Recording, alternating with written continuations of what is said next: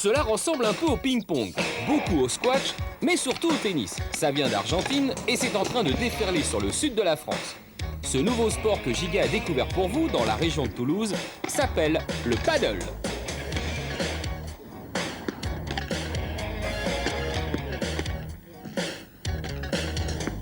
L'apprentissage est très rapide. Des joueurs qui n'ont jamais joué au tennis ou jamais joué à un sport de raquette peuvent jouer très rapidement au paddle. D'abord parce que la raquette est beaucoup plus petite, donc elle est plus près du corps et on peut plus facilement manier la balle et la raquette.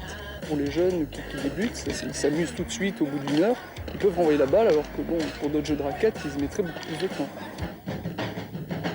Les règles du paddle s'apparentent à celles du tennis. On engage diagonalement dans le carré opposé. L'adversaire peut reprendre la balle à la volée ou la laisser toucher le sol avant de la renvoyer. Comme au squash, il peut aussi céder des murs, situés dans son camp. Avant bien sûr le second rebond.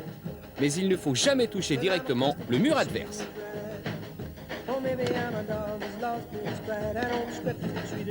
Pour finir un point, il faut essayer avant tout de varier le jeu, donc de faire des balles coupées, des balles fortes, des balles dans les murs, les balles dans les grillages, avec rebond bien évidemment.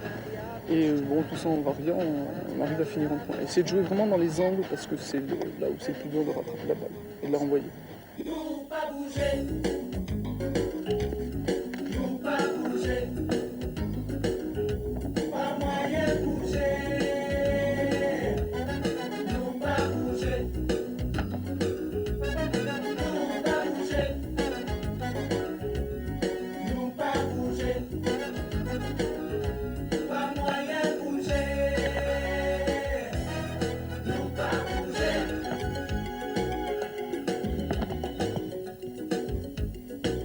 Faire un bon joueur de paddle, il faut être beaucoup plus vif qu'au tennis, que ça va quand même un peu plus vite, que le terrain est beaucoup plus court. Il y a le remure qui renvoie la balle plus vite.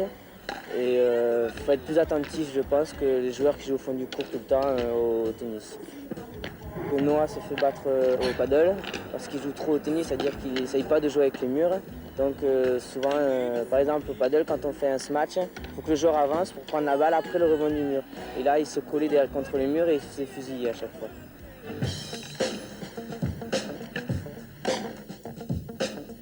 Il existe aujourd'hui une quinzaine de cours de paddle dans le sud de la France. À vous de le découvrir bientôt dans votre ville.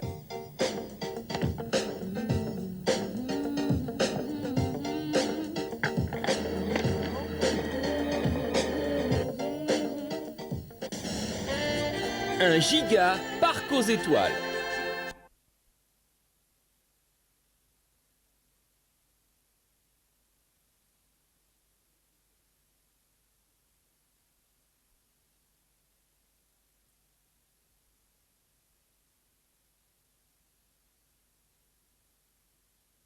Vous avez des complexes devant ces tennismen et si vous avez envie de prendre autant de plaisir qu'eux sur un court, je vous propose de découvrir un nouveau sport de raquette, le paddle.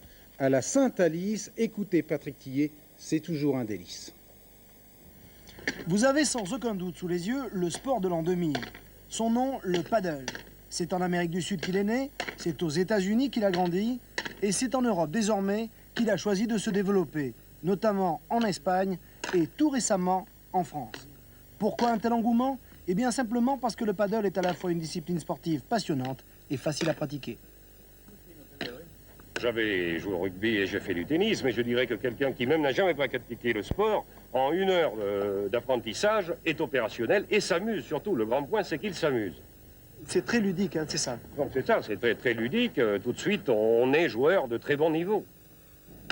Le paddle est un compromis de tennis, de squash et de pelote basque. Pour jouer, il faut un terrain représentant en surface 1/3 d'un court de tennis, des murs tout autour, un filet, des lignes de service, une balle de tennis et une raquette en bois plein. Ensuite, tout pratiquement est permis et l'on compte comme au tennis. Tout le monde peut jouer, hommes, femmes, jeunes, moins jeunes. Ainsi, en France, en l'espace de 3 mois, plus d'1 millier de personnes ont déjà été conquises. En 89, nous avons vu les effectifs espagnols tripler. C'est-à-dire qu'actuellement en Espagne, il y a maintenant 450 clubs et plus de 5000 licenciés.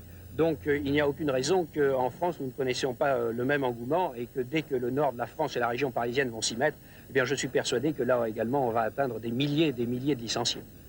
Un jeu où l'on n'a pas besoin de faire trop d'efforts, ni d'être vraiment doué pour pouvoir le pratiquer. C'est, pour les sportifs en charentaise, véritablement du sur-mesure.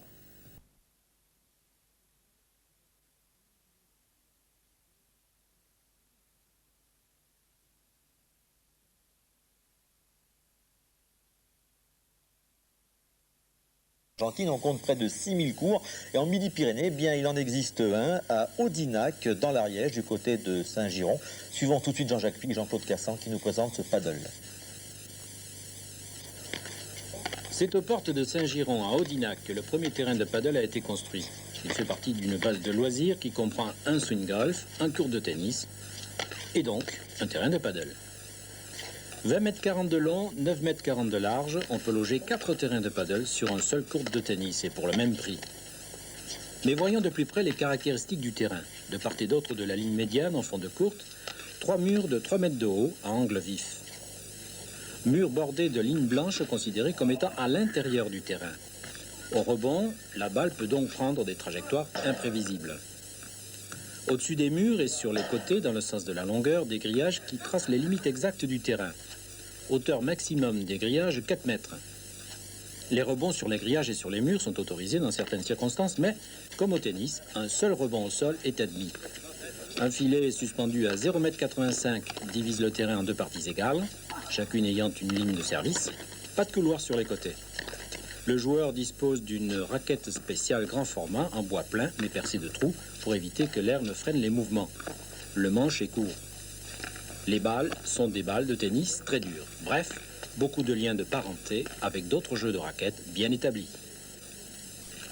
Il y a un mélange un petit peu de tous les sports de raquettes et de balles. On retrouve les murs, donc ça nous fait penser au squash.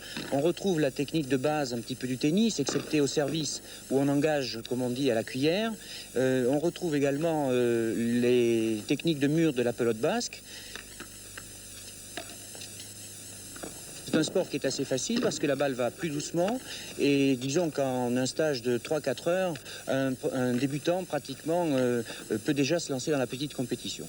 Le comptage des points s'effectue comme au tennis, mais là s'arrête la comparaison. Car la philosophie du paddle tourne carrément le dos à la championite. On joue de préférence à 4, en double ou en mixte. Nous voudrions retrouver un petit peu les valeurs qui étaient celles du tennis il y a 25 ans. Je pense qu'en France, on va voir très rapidement s'implanter des padels, non seulement dans les grandes cités parce que ça prend très peu de place au sol, mais également dans toutes les bases de loisirs, comme celle où nous sommes d'ailleurs aujourd'hui, parce que c'est un jeu très convivial et très facile à pratiquer. À l'origine de l'implantation du paddle dans notre pays, Claude Batch voit depuis quelques semaines les projets se multiplier. D'ici le mois d'avril, 30 villes du Grand Sud-Ouest, par le biais de clubs municipaux ou privés, d'entreprises ou de centres de loisirs, disposeront de terrains de paddle. Mais c'est la ville de Blagnac qui jusqu'ici a investi le plus dans la discipline. Un ensemble de 4 terrains y sera inauguré prochainement. C'est là que siégera le Centre national de paddle. Jean-Michel, vous m'avez dit tout à l'heure que vous le connaissiez, c'est le paddle. Vous savez ce que c'est? C'est un sport de raquette qui ressemble un petit peu au tennis, hein, c'est ça? Oui. Hein, à la pelote basque. Exactement, voilà, vous y et un venez. petit peu au squash. Voilà. Vous avez déjà pratiqué ça? Et un peu au jeu de pommes. Un petit peu au jeu de pommes. Et Non. c'est très ludique. C'est-à-dire que c'est un sport qui m'a beaucoup plu, qui plaira beaucoup à Roger Isabelle et surtout à Thierry Roland, parce que même quand on est maladroit, on y arrive à être bon. Donc il n'y a aucun problème. Non, c'est, je pense, le sport des années 90 ou le sport de l'an 2000, en matière bien sûr de jeu de balle, car ne serait-ce que dans des pays comme l'Argentine ou même l'Uruguay, eh bien en quelques années, on est passé de 0 à plusieurs millions de pratiquants, ce qui est quand même au niveau de la croissance assez exceptionnel. Alors on regarde donc ce qu'est le paddle, très exactement. Ça s'appelle le paddle et c'est génial. C'est un compromis de tennis, de pelote basque et de squash. On peut jouer à 2 ou à 4 sur des courts 3 fois plus petits en surface que des courts de tennis. Comme pour le tennis d'ailleurs, il y a un filet, des carrés de service, mais la différence c'est que l'on peut jouer avec les murs à condition que la balle ait rebondi une fois d'abord sur le sol. Le matériel, des raquettes en bois plein, avec un manche plus court qu'une raquette de tennis et une surface lisse percée. Petite innovation, des raquettes en plastique, créées d'ailleurs en France, des balles de tennis et une tenue de sport normale.